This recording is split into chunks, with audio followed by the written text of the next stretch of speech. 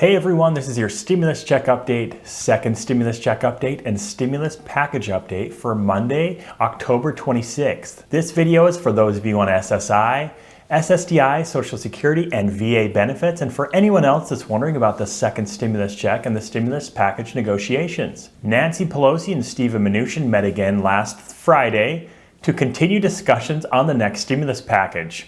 We've been waiting for weeks and weeks to see if they can finally reach a deal. Today I'm once again going to go over the latest in those stimulus talks. We are now 8 days before the election, and basically there is no time remaining if they want to actually get a deal passed before the election happens. For those of you that are subscribed to my channel, welcome back. Thank you once again for watching. For those of you that haven't, my name is Justin and I do stimulus check updates. So if you haven't subscribed already, be sure to subscribe and hit the notification bell so that you'll be notified each and every time I upload a new video. And if you find this content helpful, be sure to hit the like button so that YouTube will share it with others like you. So Treasury Secretary Mnuchin once again met with House Speaker Nancy Pelosi last Friday to discuss the latest of the stimulus check negotiations. This next stimulus package would include the following items. The first one, and I think the one that most people are wondering about, is a $1,200 stimulus check that would go out to individuals that received the first stimulus check from the CARES Act. In addition to this, it would include $500 stimulus checks for those that are claimed as dependents, no matter what age they are, including those that are 17 and older that were left out of the first stimulus check. It would only be $500, but it would be better than nothing. This deal would also include somewhere between $400 and $600 per week in unemployment benefits. It will include funding for small businesses through the Paycheck Protection Program, or PPP program. It would include an extension of the eviction moratorium, billions of dollars for schools, billions of dollars for coronavirus testing, tracing, and treatment. In addition to this, billions of dollars for the airline industry as well as the U.S. Postal Service, rental assistance, increases to SNAP and WIC benefits, funding for state and local governments, as well as many other provisions I'm not going to go over in this video. In the previous week or so, the main sticking points continue to be funding for state and local governments, the verbiage to, as Nancy Pelosi puts it, to combat the virus or crush the virus, as well as differences on the plan for coronavirus testing and tracing, the amount for unemployment benefits, the total price tag of the overall stimulus package, as well as a few other minor differences. As I've quoted her many times before, Nancy Pelosi has been optimistic and has made many comments saying how optimistic she is that they can reach a deal before the election.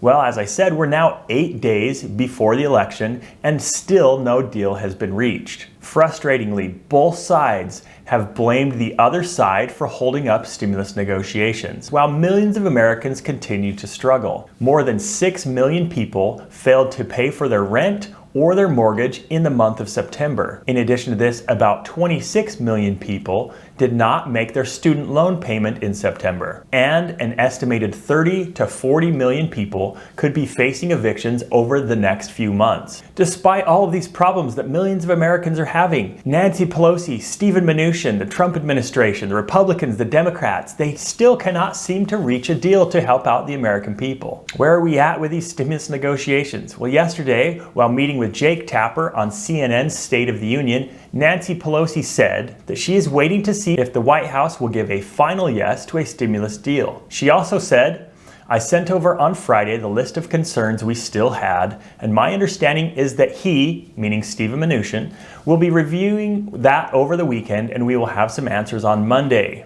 However, just like in the past, the other side is also saying that Nancy Pelosi is holding things up. White House Chief of Staff Mark Meadows said earlier on the same program on CNN that Nancy Pelosi had been shifting her demands. Well, of course, Nancy Pelosi said it was Republicans that hold the blame for shifting demands on their end. You know what, both of you, I don't care who's shifting demands. I don't care whose fault it is at this point. You guys need to reach a deal. At this point, you're both to blame. Nobody is innocent in not passing a deal at this point. You both have reasons why you could have made a deal already, and your political games are causing the American people to struggle. There are millions of Americans that need the second stimulus check. There are millions of Americans that need the unemployment benefits renewed.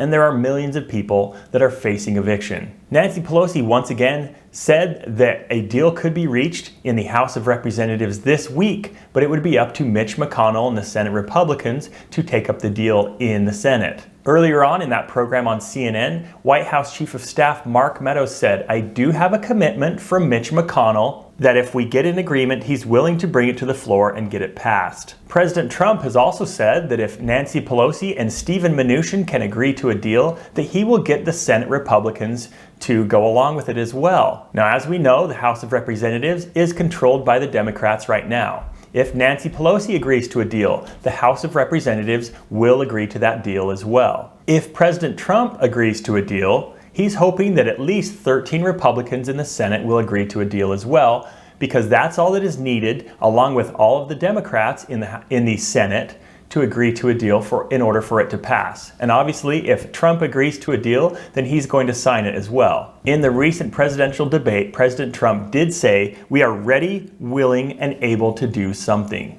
However, both sides have been saying the same thing for weeks, that they are both ready to do a deal. The problem is neither of them have been able to agree to what the other side is asking for. Nancy Pelosi asked for something, the White House asked for something else.